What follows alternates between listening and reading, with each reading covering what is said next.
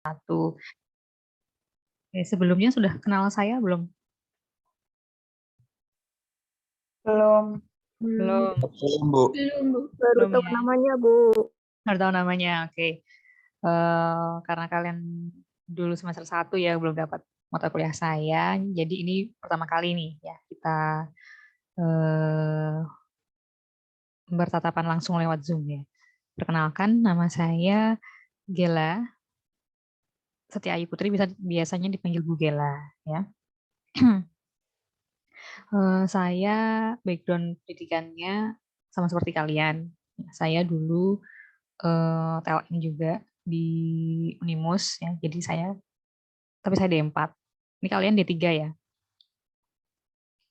Iya, Bu, D3. Ya, saya D4 reguler. Kemudian saya meneruskan di S2 ILK yang ada di Unimus juga. Itu angkatan pertama ya. Ya, kemudian alhamdulillah sekarang jadi dosen di sini. Jadi mungkin kalau kalian misalnya ada pengen cerita-cerita soal kuliah atau apa mungkin bisa sharing. Kalau misalnya ada yang mau ditanyakan ya soal perkuliahan yang nanti kalian jalani. Oke, ada yang ditanyakan sebelumnya?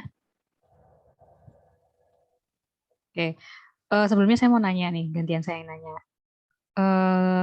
Ini semua asalnya dari mana soalnya dulu?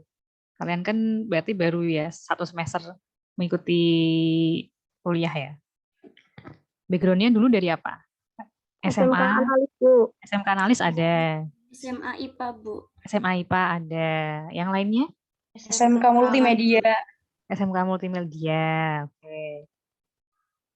Oke, walaupun kalian dari berbagai macam background, tapi tenang aja ya. Dulu waktu angkatan saya tuh D4-nya dulu angkatan ketiga. Teman saya tuh ada yang dari pertanian, ya, ada yang dari elektro. Tapi mereka semua bisa, memang butuh waktu ya untuk adaptasi. Nah, tapi akhirnya mereka semua bisa, kita semua lulus bareng-bareng, wisuda bareng-bareng. Ini kalian sekelas pengen nggak wisuda bareng-bareng? Pengen, Bu, insya Allah. Ya, insya Allah. Tuh. Oke, berarti ini kalian masih di tempat masing-masing ya, masih online ya, terus ya. Iya, Bu, online. Oke, sebelumnya masih ya, oke. Pasti berarti ada yang di luar Jawa, ada yang dari Jawa ya. Oke, dulu semester 1 apakah sudah diajarkan tentang hematologi? Paling itu, Bu, kan kilas gitu. Media reagen, ya, alat-alat yang ada di hematologi sudah dikenalkan belum? Udah, Sudah, oke. alat kelas. Semoga belum lupa ya. Oke. Oke, hari ini kita akan membicarakan tentang pengantar praktikum hematologi dan saya juga akan memberikan kalian materi tentang pengambilan darah vena ya, karena itu hal basic yang kalian harus ketahui. Nanti kalau kalian praktikum hematologi ya, sampelnya kan pakai darah ya. Mungkin teman-teman yang dari SMK analis sudah biasa ya kalau praktikum saling mengambil darah temannya ya. Jadi setiap minggu itu ngambil darah temannya sebelahnya atau gantian gitu ya. Nah, itu nanti ada challenge sendiri karena kalau misalnya kalian nggak dapet sampel, ya nanti apa yang mau buat praktikum apa ya. Oke, pertama tapi saya akan menjelaskan garis besar materi yang akan kita diskusikan ya selama 1 semester ini di praktikum hematologi 1. Nanti ini RPS-nya akan saya kirimkan. Kalian sudah biasa pakai e-Vikas? Sudah belum? Sudah ya. Oke, nanti saya kirimkan di sana ya sama materinya PPTR ini juga. Oke. Yang pertama ada kontrak kuliah dan pengambilan darah vena ya. Dengan saya sendiri di sini yang nanti mengisi. Jadi nanti akan membahas materi-materi apa saja yang kalian dapatkan ya di semester ini tentang praktikum hematologi 1. Praktikum hematologi 1 ini hematologi dasar yang wajib kalian sebagai analis ATLM tahu ya, kompetensi kalian di hematologi. Kemudian saya akan memberikan tentang materi pengambilan darah vena. Ya, jadi biasanya untuk pertama kali praktikum itu yang lama ini samplingnya, karena kalian kan belum pernah, banyak yang belum pernah sampling. Jadi ada yang takut, ada yang ya nanti macam-macam. Besok kalau kalian sudah praktikum offline nanti silahkan dicoba ya, harus berani coba ya. Ada yang fobia sama darah nggak di sini? Nggak ada ya. Pokoknya besok semua harus coba ya. Ambil aja temennya nggak apa-apa. Ya, kemudian ada hemoglobin sahli dan siamet. Itu nanti besok juga dengan saya. Kemudian selanjutnya ada LED, itu laju endap darah. Ada metode Winthrop dan Westergren. Nah, kemudian ada hematokrit, ya metode makro dan mikro ini nanti dengan Bu Andri Sukeksi. Sudah pernah ketemu Bu Andri belum? Sudah. Sudah, Bu. Oke. Kemudian di minggu kelima nih ada evaluasi dari materi yang sebelumnya ini. Jadi dari HB, LED, HT ada evaluasi, biasanya kita berikan soal ya di IFIKES. Jadi nanti setiap beberapa kali pertemuan ada evaluasi. Tujuannya agar kalian jadi nilai kalian, jadi belajarnya nggak langsung berbanyak gitu. Nanti kasihan kalian ya. Jadi beberapa materi kita evaluasi langsung, kita berikan soal bagaimana pemahaman kalian itu. Jadi bisa nambung, kalian juga bisa nambung nilai juga. Jadi saya harapkan kalau nanti ada evaluasi dikerjakan ya. Nah, kemudian selanjutnya ada hitung jumlah. Hitung jumlah itu ada banyak ya. Berdasarkan sel-sel yang ada di tubuh kita. Ada hitung jumlah leukosit, ada eritrosit, ya. Tapi kemudian nanti di minggu ke-8 ini ada UTS, jadi kita off dulu. Kemudian dilanjutkan ke, ini nanti dengan Pak Tulus ya. Sudah ketemu Pak Tulus belum? Sudah, Bu. Ya, saya semua ya. Kemudian diteruskan hitung jumlah trombosit dan eosinofil dengan buragil. Ya, kemudian ada evaluasinya. Jadi ada evaluasi tentang hitung-hitung jumlah. Nah, kemudian dilanjutkan lagi ada hitung jumlah retikulosit, ini ada cara basah dan kering. Selanjutnya ada hitung jenis leukosit atau diff count.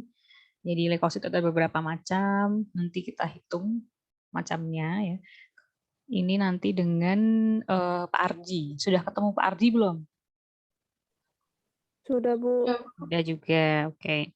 Kemudian ini yang terakhir ada hematologi rutin dengan hematologi analyzer. Ini jadi yang otomatis ya, kalau di rumah sakit itu tinggal masukkan darahnya nanti keluar semua hasilnya. Nah, itu nanti akan kita bahas jadi biar kalian dapat pengetahuan dari ini juga ya. Kemudian yang terakhir evaluasi materi-materi ini yang terakhir gitu. Itu untuk garis besarnya ya. Saya jelaskan satu-satu. Oh ya, untuk kuliah saya nanti biasanya saya selesai kuliah itu saya berikan kuis. Kuisnya biasanya di IFIKES. Jadi itu kuis sekalian presensi dulu. Saya mau lihat yang hadir siapa, yang mengerjakan kuis saya anggap hadir gitu. Biasanya gampang sama pilihan ganda cuma 10 seperti itu. Tapi hari ini bonus karena awal perkuliahan jadi nggak ada kuis ya. Besok ada kuis. Jadi mohon dikerjakan ya. Biasanya itu kalau misalnya nilai kalian bagus bisa, misalnya nilai evaluasi kalian kurang bagus, nanti kalau kuisnya dari saya bagus nanti saya bisa tambahin. Ada prosentasenya sendiri. Gitu. Jadi sayang kalau misalnya nggak dikerjakan. Oke, yang pertama pemeriksaan hemoglobin.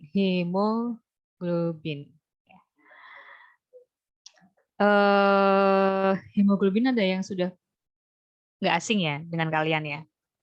Kalau dengar hemoglobin, satu kata yang ada di otak kalian apa? Kalau dengar HB, biasanya disingkat HB. Coba pakai fitur chat yang ada di ini. Satu kata yang menggambarkan hemoglobin kalian di otak kalian apa? Coba saya mau lihat. Satu kata aja kalau misalnya hemoglobin. Protein. Di chat coba pakai fitur chat yang ada di Zoom. Saya mau baca satu-satu nanti. Sebenarnya jangan dimunculin dulu ya ini ya. Apa-apa, coba tulis aja. Oke. Yang lainnya?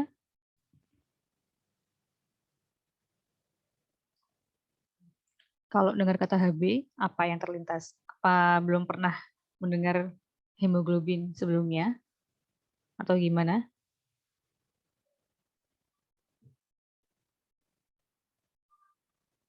Protein, darah. Oke. Protein, darah.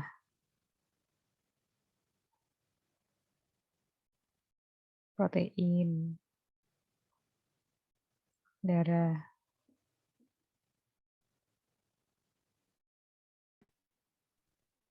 Protein, oke. Oke. Sebagian besar jawab darah, protein gitu ya. Nggak ada yang jawab tentang oksigen ya. Karena dia, jadi sebenarnya hemoglobin ini salah satu, oke terima kasih jawabannya. Oke, sebenarnya hemoglobin ini waktu PKL suka periksa ibu hamil pakai HB sahli Bu, ya benar. Memang sering ibu hamil dicek HB-nya karena biasanya ibu hamil itu rendah HB-nya ya. Oke. Jadi HB itu ini ya, merupakan protein yang ada di sel darah merah. Ya, fungsinya untuk mengangkut oksigen dari paru-paru ke seluruh tubuh. Jadi hemoglobin juga ini yang menyebabkan darah berwarna merah, sel darah merah berwarna merah karena dia ada zat warnanya ya HB itu. Nah, ini salah satu parameter di hematologi rutin. Jadi pasti sering kita lakukan pemeriksaan terhadap HB ini.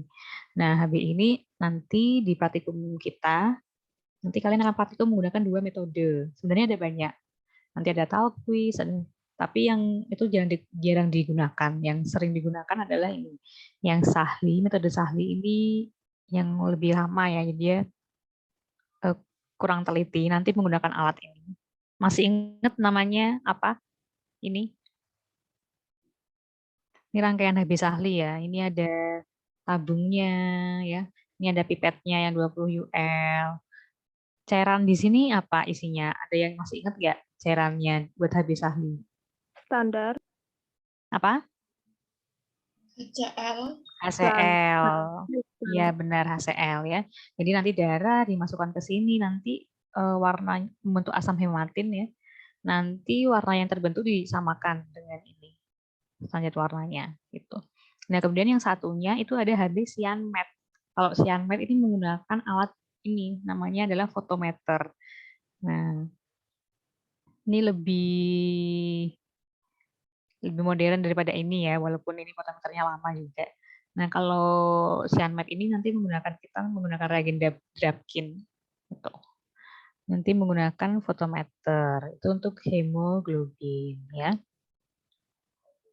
Oke, selanjutnya, nah nanti ada juga pemeriksaan LED. LED itu adalah laju endap darah. Jadi pemeriksaan ini menggambarkan kecepatan pengendapan eritrosit dalam plasma. Ya, jadi kalau darah kita misalnya diambil kemudian didiamkan, nanti itu akan misah menjadi 2 bagian, ya, 2 bagian. Yang bawah yang merah itu bagian sel darah. Yang atas itu apa namanya? Yang bening ini namanya plasma. Sebenarnya di tengah-tengah nanti ada bagian putih ini. Putih itu apa namanya? Ada yang ingat? Serum.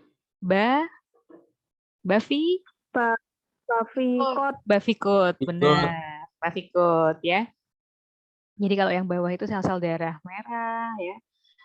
Sel darah merah. Nah, bavikot ini adalah sel darah putih. Nah, yang di atasnya adalah plasma. Nah, jadi darah kalau didiamkan nanti akan memisah. Nah, kita akan menghitung tingginya eritrosit itu berapa nanti dihitung. tingginya plasma itu berapa, nanti dihitung. Ada 2 metode, Westergren dan Winthrop. Ini perbedaannya ada tabungnya. Kalau Westergren itu tabungnya yang lebih panjang, ini ya, yang lebih panjang. Kalau Winthrop ini pakai yang tabung ini. Jadi tabung Winthrop ini tuh ada 2 skala. Nih, kanan dan kiri. Jadi yang kanan itu nolnya di atas, ya. Ini untuk LED. Jadi Winthrop ini tabung Winthrop bisa untuk 2 pemeriksaan. Ya, diingat-ingat. Kalau dulu di media reagen di alat-alat masih ingat nggak? Ya, Winthrop jadi bisa buat 2 pemeriksaan. Bisa buat LED, satunya buat, ada yang masih ingat? Satunya buat apa? Buat hematokrit, ya, hematokrit makro. Nanti yang diamati yang ini. Hematokrit makro nanti penilaiannya pakai yang skala ini, gitu ya. Itu untuk Westergren, untuk LED, maaf. Nah, kemudian tadi yang saya bilang hematokrit sendiri adalah persentase sel darah merah dalam darah. Jadi untuk mengetahui sel darah merah ini kalau dibandingkan dengan volume darah total itu berapa volumenya, itu berapa persen. Nah, ini nanti ada HT makro dan HT mikro. Ya, kalau yang makro itu besar ya. Jadi HT makro itu tadi dipakai tabung Winthrop, ya. Jadi kalau tadi kan LED darah didiamkan aja ya. Nanti dibaca nih tinggi plasmanya itu berapa nih, ya, Bapak. Nah, kalau untuk menghitung hematokrit nanti setelah didiamkan ini dia disentrifuge dulu. Jadi disentrifuge, nah nanti akan mengendap lagi, nanti dihitung nih. Tapi kalau hematokrit makro menghitungnya nolnya dari bawah, yang dari ini, yang ini. Jadi yang ini pakai skalanya. Tuh. Ini yang makro ya. Nanti untuk yang mikro ini nanti pakai tabung kecil, namanya tabung kapiler ya. Jadi tabungnya kecil-kecil gini. Nah, nanti darahnya dimasukkan ke dalam sini. Sama nanti disentrifuge juga. Kalau sudah memisah 2 bagian, ini atasnya bening itu plasma, bawah sel darah merah, nanti dihitung pakai ini skala. Gitu. Nanti kalau ini saya berpengenalan aja ya buat kalian. Jadi besok waktu dosen masing-masing menerangkan tentang hematokrit LED kan sudah ada gambaran. Jadi sudah ada frekuensi, sudah sama frekuensinya gitu, enggak belum awang-awang banget gitu ya. Gitu. Nah, kemudian selanjutnya adalah pemeriksaan hitung jumlah ya. Seperti yang tadi saya bilang, hitung jumlah itu ada beberapa ya. Ada leukosit, eritrosit, trombosit ya, hitung eosinofil ya. Ada hitung juga retikulosit ya. Kalau yang ini leukosit, eritrosit, trombosit, eosinofil ya. Ini nanti menghitungnya dengan bantuan ini. Tahu ini namanya apa? Bilik hitung. Bilik Hemositometer, Bu. hitung ya, hemositometer, rangkaian hemositometer ya, benar. Ini bilik hitungnya, ini pipetomanya. Ini pipetoma yang ada batunya merah itu yang eritrosit, yang ini yang leukosit gitu. Nah, nanti ngitungnya leukosit, eritrosit, trombosit, eosinofil ini pakai bantuan ini. Jadi nanti darahnya dimasukkan ke sini dulu ya. Tergantung kalau leukosit ya berarti pakainya nanti pipetoma yang leukosit ya, yang ini yang kecil, ukurannya yang lebih kecil. Kalau eritrosit ya nanti pakai yang ini yang ada batu merahnya ya. Nanti trombosit pakai apa nanti silahkan besok dilihat sendiri ya. Eosinofil pakai apa ya, nanti besok dilihat sendiri. Jadi kalau trombosit ini sama pakai yang punya eritrosit. Kalau eosinofil pakai yang ini punya leukosit. Jadi eosinofil kan bagian dari leukosit juga gitu. Nanti pakai bantuan ini. Nanti diencerkan dulu dengan suatu larutan pengencer ya. Jadi biar kalau misalnya deteksi leukosit, darah kita kan ada banyak ya, ada eritrositnya, leukositnya. Nah, kalau mau deteksi leukosit ya nanti larutan pengencernya itu bisa melisiskan sel yang lain. Jadi nanti yang tertinggal hanya leukosit gitu. Jadi kita benar-benar kalau ngitung itu cuma leukositnya aja. Sama eritrosit juga kayak gitu prinsipnya ya. Nanti kalau sudah diencerkan dalam pipet ini, nanti satu tetes darah diletakkan di atas ini kotak ini, tergantung kotak leukosit itu yang ini hitungnya ya. Kalau eritrosit nanti hitungnya yang sini. Nanti tinggal dihitung, nanti ada rumusnya ya. Ini biasanya yang paling agak tricky ya, karena kalian harus tahu kotak besar, kotak kecil ya, kotak sedang gitu, mana yang mana ya. Nanti kalian kalau tidak jelas, saya harap kalian nanti tanya sama dosen nanti yang menerangkan soal ini. Soalnya ini basic sekali, kalau kalian nanti PKL, PBL mesti juga ditanyakan. Jadi kalian harus bisa ya. Walaupun nanti di kerjaan itu biasanya sudah pakai alat yang otomatis ya. Kecuali kalau misalnya di puskesmas yang di daerah, itu kalian masih pakai yang manual itu. Tapi kalian harus wajib tahu ini ya. Sedangkan kalau retikulosit ini, tahu retikulosit itu apa? Ada yang tahu retikulosit itu apa? Ada yang tahu nggak? Jadi retikulosit itu adalah eritrosit muda.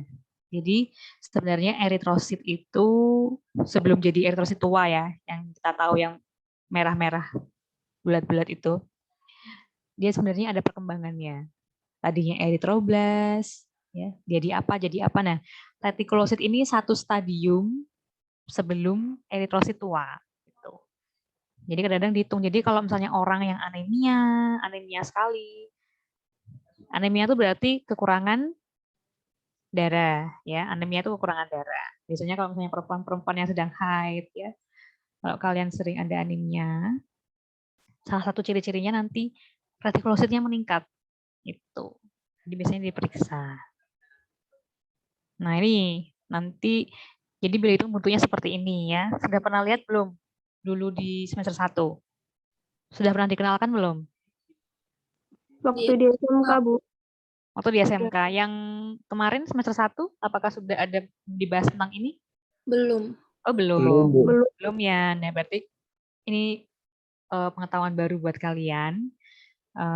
Jadi wajar kalau misalnya nanti besok waktu diterangkan tuh ada yang belum jelas, nggak apa-apa. Tapi nanti coba tanya sama dosennya. Nanti kalian juga di rumah setelah mata kuliah dipelajari lagi, ya. Ini kan juga perkuliahan juga di record ya. Jadi sebenarnya ini ada kelebihannya ya. Kalau di record, jadi kalian misalnya nggak jelas, bisa kalian setel lagi recordingnya ya. Gitu. Jadi makanya sekarang tuh nilai-nilainya tuh mahasiswa pada bagus-bagus loh. Jadi karena itu ya bisa belajar lagi. Jadi nanti gambarannya bentuknya tuh seperti ini nanti ya. Nah nanti yang seperti yang tadi saya bilang, jadi pipetoma kan tadi dikasih darah dengan pengencer ya. Nanti kalau sudah diencerkan nanti dimasukkan ke sini satu tetes. Mau yang atas apa yang bawah terserah. Satu tetes terus ditutup di gelas. Nah, nanti diamati di bawah mikroskop. Nanti kalau di bawah mikroskop kelihatan nih. Gambarannya seperti ini ya. Tinggal kamu mau ngitung apa. Kalau leukosit ya berarti nanti diarahkan di sini. Nanti dihitung selnya itu gambarannya seperti misalnya leukosit ya. Kotak ini. Kotak ini kalau diperbesar seperti ini. Nanti tinggal dihitung jumlahnya berapa ketemunya ya. Hitung nih dalam kotak-kotak itu dihitung semua. Ngular gitu dihitung, nanti tinggal masuk ke rumus ya gitu. Sampai sini ada yang ditanyakan? Ini saya belum, ini hanya pengenalan ya, jadi besok biar kalian lebih bisa ada, kalau misalnya belum jelas kalian sudah siap-siap pertanyaan apa buat dosen. Bisa saya lanjutkan ya. Oke. Nah ini tadi yang saya bilang retikulosit. Jadi kalau sel eritrosit itu kan bulat-bulat gitu ya. Jadi kalau retikulosit ini nanti kalian dicat menggunakan yang namanya BCB, Brilliant Crescent Blue. Jadi nanti ada cara kering dan cara basah sama, tapi saya lebih mengajarkan cara kering karena eritrositnya itu nggak lari-lari nanti. Kalau cara basah tuh nanti biasanya lari-lari karena dia kan basah ya cairannya. Jadi eritrositnya tuh lari-lari gitu. Nah, yang retikulosit itu ini yang ada di dalamnya biru-biru ini, sisa-sisa RNA ini. Dulu waktu SMK, yang SMK ada yang pernah mengerjakan belum? Sudah mengerjakan retikulosit belum? Sudah, Ibu. Sudah ya. Sudah bisa membedakan ya yang retikulosit yang mana, yang eritrosit mana. Berarti tahu bedanya. Oke. Jadi kalau retikulosit ini pengecatan dengan BCB itu namanya pengecatan supravital. Jadi sampelnya harus baru. Jadi kita mencat sel yang hidup gitu.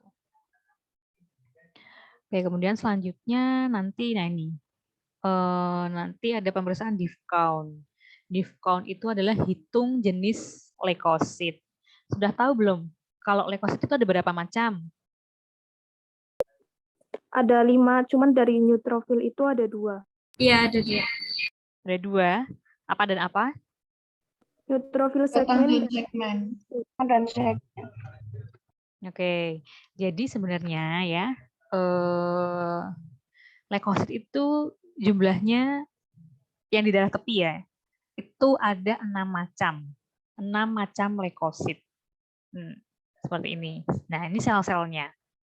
Jadi ini ada yang namanya limfosit. Limfosit. Kemudian ada yang namanya monosit.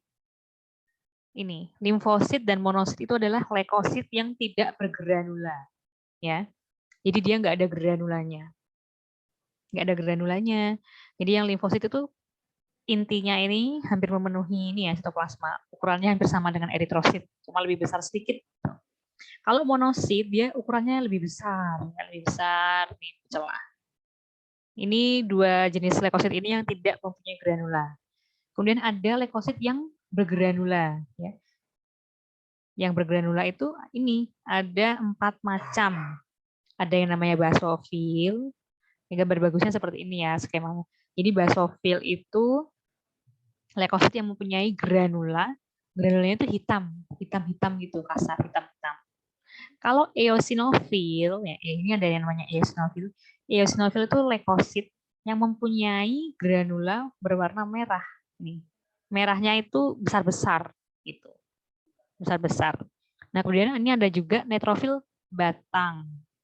Nah kalau neutrofil batang itu yang ini ya, yang dia seperti U, ya seperti huruf U, seperti tapal kuda gitu ya. Nah itu nanti ada granulanya, tapi granulanya itu halus nih. Cuma titik-titik kecil, halus gitu. Ini sama sebenarnya granulanya dengan neutrophil segmen. Bedanya itu di intinya. Kalau batang ya, intinya itu seperti U ini, langsing. Kalau segmen itu intinya berlobus-lobus ya. Jadi bulat-bulat itu ada penghubungnya tipis-tipis gitu. Seperti ini gambaran. Tuh. Itu untuk diff count ya. Jadi leukosit ya sebenarnya ada tadi ada yang bergranula dan aglanular, tidak bergranula. Nanti yang bergranula itu ada 4. Ya, neutrofil batang, segmen, eosinofil, basofil. Nah, kemudian yang tidak bergranula ada limfosit dan monosit. Itu. Gimana caranya menemukan ini? Ya, kalian nanti harus memeriksa ini. Ya, kenapa diperiksa? Jadi biasanya ini menandakan suatu penyakit tertentu. Misalnya, kalau normalnya kan ini ya 1-6% ya. Tapi kok meningkat eosinofilnya? Nah, eosinofil itu meningkat ketika ada infeksi kecacingan di dalam tubuh kita. Dia spesifik. Jadi eosinofil ini granulanya itu fungsinya untuk menghancurkan cacing. Ya, jadi ketika ada infeksi, nanti dia meningkat. Karena dibutuhkan ya untuk mengeliminasi cacing-cacing tersebut. Itu. Nanti masing-masing ada sendiri-sendiri. Kalau leukositnya meningkat apa? Itu ada. Nah, makanya perlu ya sering nih diminta pemeriksaan diff count ya. Gimana Bu caranya bisa tahu kayak gini? Kalian sudah tahu yang namanya apusan darah? Tahu ya. Jadi nanti kita harus membuat dulu SADT. Sediaan apus darah tepi. Ya, SADT. Nah, yang bagus itu seperti ini. Yang bagus ya itu adalah kalau dibilang tuh seperti lidah api, apa lidah kucing. Kalau di SMK apa katanya? Biasanya dulu guru kalian mengajarkan yang bagus itu yang seperti apa? Lidah kucing. Lidah kucing. Oke. Jadi yang bagus itu ada bagian kepala dan ekornya. Misalnya ekornya tuh runcing gini. lebih tipis. Kenapa perlu ada bagian itu? Karena nanti itu mempengaruhi zona baca. Jadi kita harus kompetensi kita ya. Nanti yang bikin SADT itu adalah kita sebagai analis. Nanti kalian yang bikin, biasanya yang membaca itu adalah dokter. Jadi kalian harus tahu gimana caranya bikin SADT yang bagus. Karena nanti pengamatan itu di zona baca. Zona baca itu di zona 4 dan 5. Jadi ini ekor tuh satu, ini kepala itu 1, ini 2, 3, ini 4, 5 area sini. Kalau 6 itu ekor. Kalau ekor gambarannya seperti ini. Diperbesar ini seperti ini. Pakai mikroskop ya nanti ya. Renggang-renggang. Ini nggak boleh buat pengamatan, nggak boleh buat ngitung div count. Nanti ngitung div count-nya tuh di sini. Di area 4 sampai 5, di zona 4 sampai 5. Jadi erythrocyte-nya rata, satu-satu. Selnya kelihatan bagus gitu. Sedangkan kalau di kepala ini nggak bisa karena dia beragregasi nempel-nempel seperti ini ya. Nah ini juga challenge-nya ya. Challenge-nya biasanya teman-teman dulu kakak-kakak kelas kalian buat SADT itu bermacam-macam hasilnya. Jadi ada yang seperti ini yang terlalu pendek ya. Nanti ada yang berlubang-lubang. Nanti ada yang patah-patah. Ya. Nanti ada yang bentuknya seperti ini. Ada juga ini yang nggak jadi ya. Jadi bolong-bolong banget ini. Ya. Nanti besok seru nih. Biasanya waktu mengerjakan satu praktikum ini seru ya. Karena jadinya nanti macam-macam. Tiap masing-masing orang tuh beda-beda. Nah, nanti besok silahkan ya kalian berlatih, semakin sering berlatih itu nanti hasilnya semakin baik. Gitu. Nanti juga ada triknya, gimana caranya bagus. Tadi seperti bisa jadi seperti lidah kucing ya. Nanti ada triknya diajarkan nanti waktu praktikum ya. Sampai mau nangis Bu bikin hapusan darah ya. Saya dulu waktu zaman kuliah juga belum bisa. Saya bisanya itu waktu malah PKL di rumah sakit. Karena kan mau nggak mau harus bisa ya. Yang disuruh sama ibunya mengerjakan. Jadi ya karena faktor kepepet, jadi akhirnya bisa gitu. Memang ini susah-susah gampang bikin ini.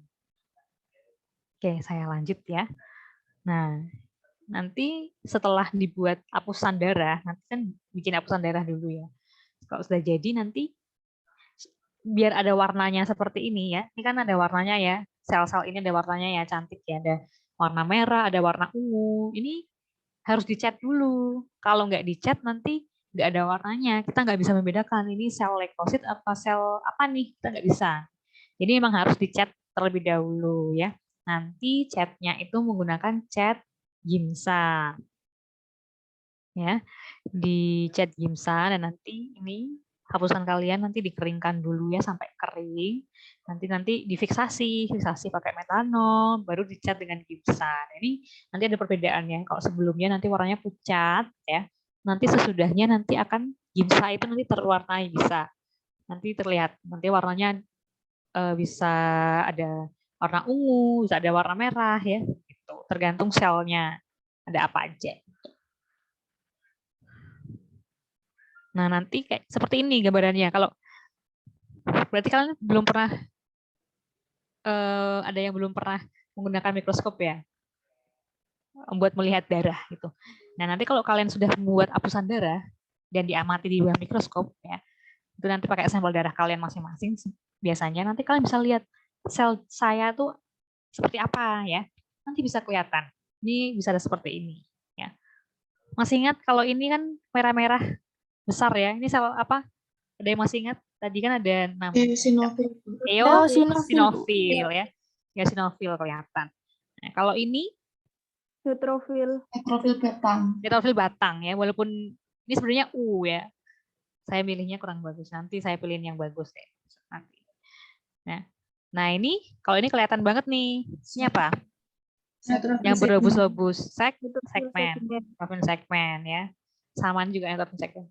Ini sebenarnya agak kurang tepat. Yang kurang tepat apanya? Kalian lihat nih sekelilingnya. Zonanya salah ya, zona bacanya salah. Ini kalau misalnya kalian ujian ya, misalnya itu kalau ujian nanti nemu sel nanti kalian angkat tangan gitu ya, nanti dosennya datangin terus nilai. Oh Bu, neutrofil gitu, neutrofil segmen gitu. Nanti dilihat. Walaupun selnya benar, tapi kalau zona baca kalian salah, Tuh, salahkan sama dosen. Ya. Jadi harus diperhatikan dulu kalau mau Diffcon, diperhatikan zona bacanya. Kalau ini eosinofil ya, ini segmen. Nah, kalau ini apa? Yang ukurannya hampir sama dengan eritrosit. Limfosit. Limfosit, ya limfosit. Benar. Kalau ini yang besar Monosit. monosit. Benar. Ini nggak begitu jelas, tapi ini sebenarnya adalah basofil ini kayaknya. Tapi ini nggak begitu jelas. Ya skip aja. Nanti saya ganti yang bagus. Ya. Gitu. Nah ini yang terakhir yang tadi saya bilang hematologi analyzer. Jadi di lab kita, ya di labnya Unimus, di lab hematologi Unimus, kita punya hematologi analyzer. Ya. Yang SMK sudah pernah lihat analyzer ya, pasti waktu PKL. Jadi analyzer ini nanti pakai darah sedikit aja. Ya nanti kalian masukkan, dia narik darah itu. Tunggu beberapa menit nanti keluar hasil nih. Semuanya keluar nanti. Ya bukan semua sih, LED nggak bisa. Jadi sudah bisa ini. Biasanya memberikan hasil ini. HB sudah keluar ya. Jumlah eritrosit, jumlah leukosit keluar. Hematokrit nanti bisa keluar. Jumlah trombosit juga. Hitung jenis juga. Hitung jenis. Tapi kalau alat ini ya nanti hitung jenisnya nggak bisa mendeteksi. Tadi kan jenis leukosit ada berapa? 6 ya.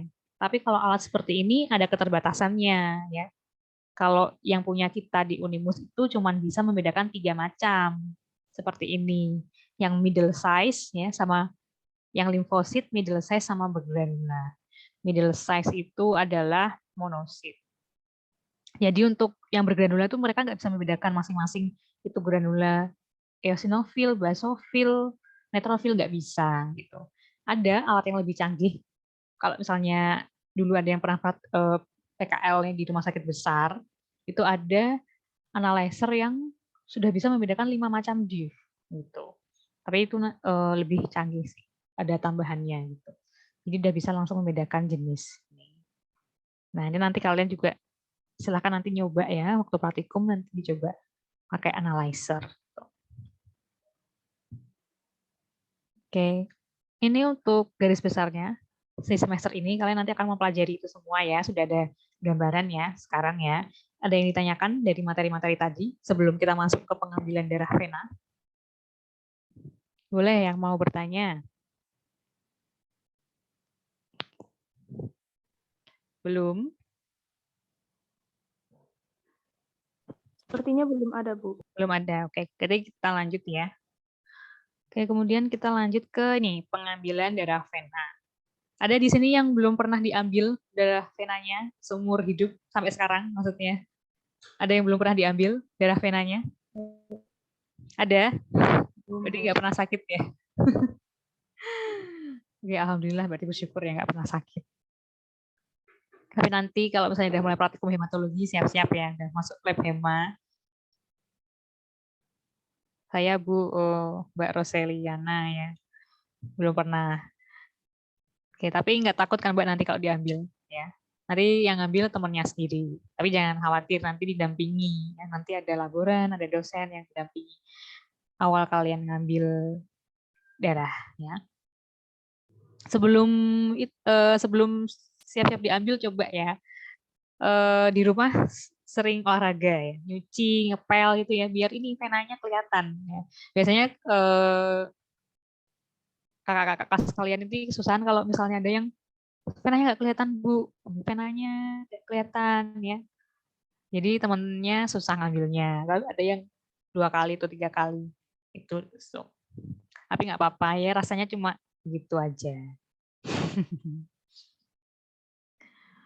Oke, untuk pengambilan darah vena ini kalian harus nyoba baru bisa merasakan ya langsung bagaimana. Terus kesulitannya itu apa ya. Seperti itu. Tapi ini coba kita akan saya berikan videonya juga nanti biar kalian nanti sudah ada gambaran. Besok mau praktikum sudah harus tahu ya. Jadi kalau misalnya besok udah mulai offline ya, saya minta sebelum masuk ke laboratorium kalian sudah tahu dulu mau apa masuk ke lab. Jadi waktunya nggak terbuang. Nah, ini alat-alat yang kita butuhkan ya. Yang pertama ada spuit. Ya. Spuit ini ada dari 1 cc sampai 5 cc, bahkan 10 cc ya, 15 ada. Nah, tapi nanti kita paling menggunakan 3 cc. Paling banyak itu 5 cc. Gitu. Untuk praktikum. Kemudian ini ada tahu yang namanya ini apa? Tourniquet. Ya. Jadi tourniquet itu nanti dipasang ya di atas lengan kalian, itu membantu supaya vena kalian nggak goyang-goyang, terus juga lebih kelihatan ya gitu. Kemudian ini ada alcohol swab. Basicnya pakai itu aja. Nanti ada tatakan lengan, ada yang lain-lain itu biasanya nggak semua ada ya. Tuh. Nah, untuk pengambilannya ya biasanya kalau ini proses pertama disiapkan dulu EDTA dan sirat itu maksudnya antikoagulan. Ya. Jadi nanti kalau kalian praktikum, kalian sudah kenal belum ada yang namanya antikoagulan? Sudah ya. Nah, jadi nanti kalau mau praktikum biasanya dilihat dulu ada LED-nya enggak. Kalau LED itu butuh darah N-acetrat gitu. Jadi sebelum kalian praktikum kalian sudah tahu mau praktikum apa. Jadi nanti butuh darah itu darah apa aja. Enggak darah EDTA aja ya biasanya. Nanti berarti butuh N-acetrat. Berarti nanti disiapkan dulu ya file isinya sudah ada N-acetratnya sama ada EDTA-nya. Baru kalian ambil darah.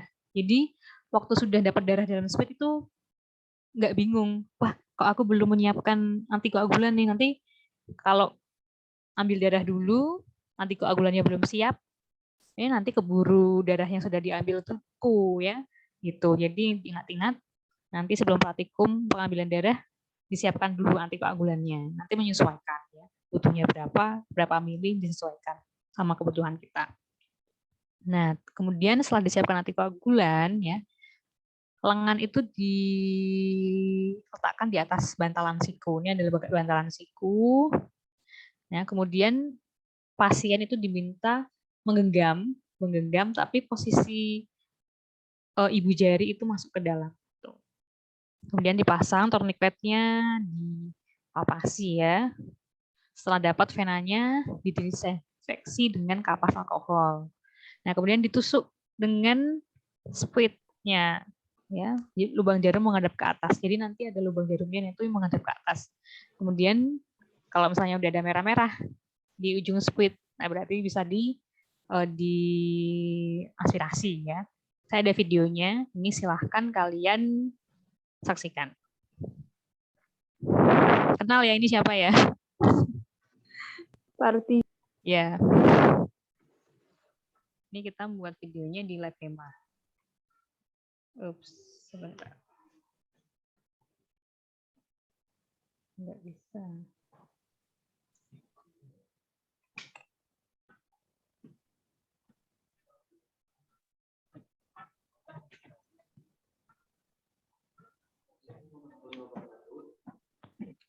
Jalan nggak di kalian?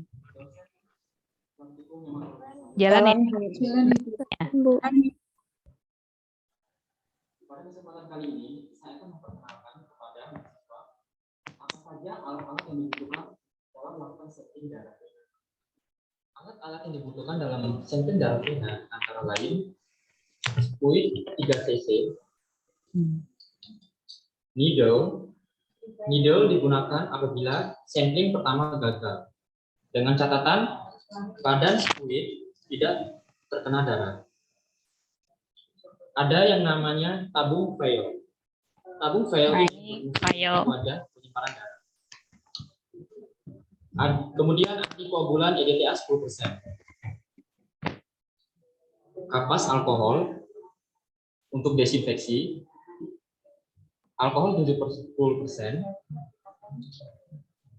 Tourniquet untuk membendung. Kemudian ada bantalan lengan sebagai sandaran lengan saat melakukan sampling. Lalu kemudian ada HEPA fix untuk menutup luka bekas suntikan. Ya, selamat pagi Pak. Ada yang bisa dibantu? Pak.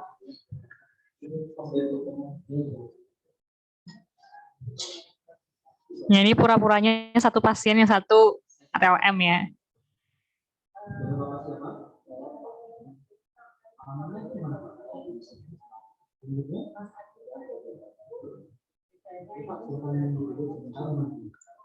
Setelah kita mencocokkan identitas pasien, kemudian kita masuk ke tahap pelabelan. Tahap pelabelan ini kita memasukkan informasi berupa nama dan umur.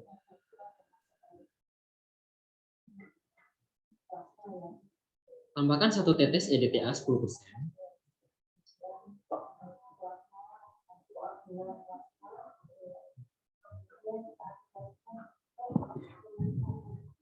Jadi kalau EDTA butuhnya cuma satu tetes ya, 1 mili darah, 1 tetes EDTA. Kita harus menggulung mengatur.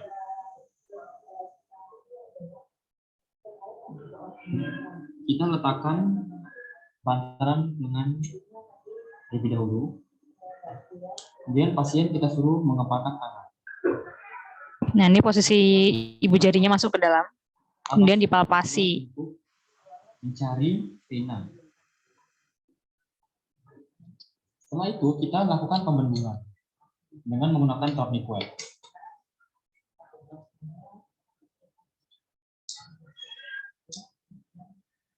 Nah, waktu tourniquet mau mengencangkan itu bagusnya ini ya, di jarinya juga masuk. Jadi biar kulitnya pasien tuh nggak sakit waktu kita narik.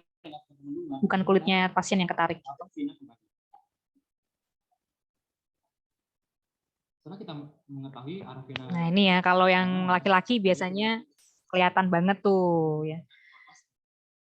Kadang-kadang perempuan yang agak dalam venanya. Setelah itu kita lakukan desinfeksi dengan kapas alkohol 70% dengan cara memutar dari dalam ke arah luar. Nah, desinfeksinya dari dalam memutar keluar ya, nggak boleh asal diorak-orak gitu ya. Kita melakukan pengambilan darah. Kenapa dari dalam keluar kalau desinfeksi? Biar apa fungsinya? Biar sterilnya searah. Ya, biar jadi kumannya itu waktu kita ngusap nggak balik lagi ke tempat semula ya. Jadi benar-benar dari dalam keluar. Udah sekali aja di dalam keluar. Jangan diputar lagi. Kalau udah muter sekali, jangan balik ke tempat itu lagi ya. Karena nanti kumannya balik lagi ke sana gitu. Nah, kemudian sebelum kalian speed digunakan, dicek dulu, kencangkan. Kemudian kita aspirasi. Udara kosongnya dibuang dulu sebelum. Setelah itu kita mulai melakukan pengambilan darah. Nah, kemudian kita membuka penutup jarum dengan one hand. Satu tangan ya, untuk menghindari kalian ketusuk. Nah, ini lubang jarumnya menghadap ke atas ya. Itu ada lubang jarumnya. Itu menghadap ke atas. Sudutnya diperhatikan ya. Sudut 30-45 derajat. Dan kalau bisa kita sesuaikan dengan kedalaman vena. Kalau dalam, biasanya itu sudutnya lebih naik gitu. Nah, nanti kan ini ada merah-merahnya nih. Sudah ada darahnya di sini ya. Baru ditarik. Gitu. Pasien kita suruh untuk melepaskan kepalanya. Nah, biasanya kesalahannya tuh apa? Biasanya tuh sudah dapat nih, darahnya sudah ada di sini. Tapi waktu narik ini jarumnya di sini tuh ikut ketarik gitu. Jadi kan kalau kalian berarti kan mundur ya jarumnya ya. Kalian tangannya ini ikut narik. Harusnya tuh tangan yang ini tuh nahan, ya, tangan yang ini nahan. Kalau misalnya kalian nggak tahan nih, jarumnya mundur, ya jadi nggak pas vena lagi. Jadi waktu ditarik nanti darahnya nggak keluar lagi. Biasanya kebanyakan seperti itu kasusnya. Ya, nanti kalian bisa rasakan sendiri gimana waktu narik tuh gimana ya. Bisa kalian feel pakai feeling sendiri. Harus mempertahankan posisi jarum agar tidak bergerak. Agar darah keluar. Darah keluar, kita lepas tourniquet. Kemudian kita ambil kapas alkohol dan kita tempatkan di atas bekas tusukan. Kemudian kita tarik jarum secara perlahan.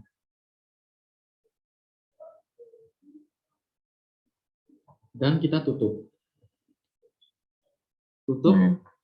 Nutupnya juga pakai satu tangan ya, biar jarinya nggak tertusuk.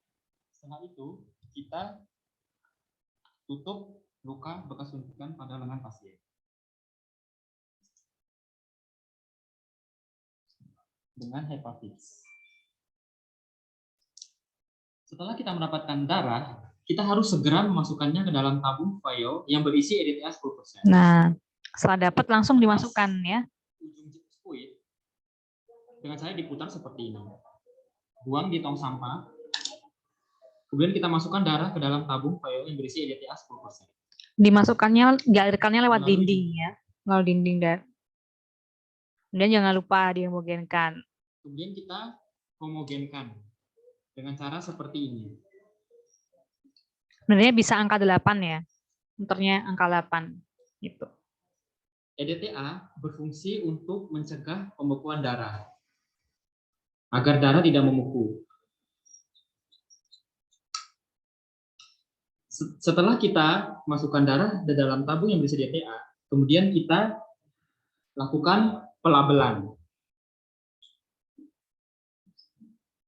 Fungsi dari pelabelan agar identitas pasien cocok dan tidak tertukar dengan pasien yang lain.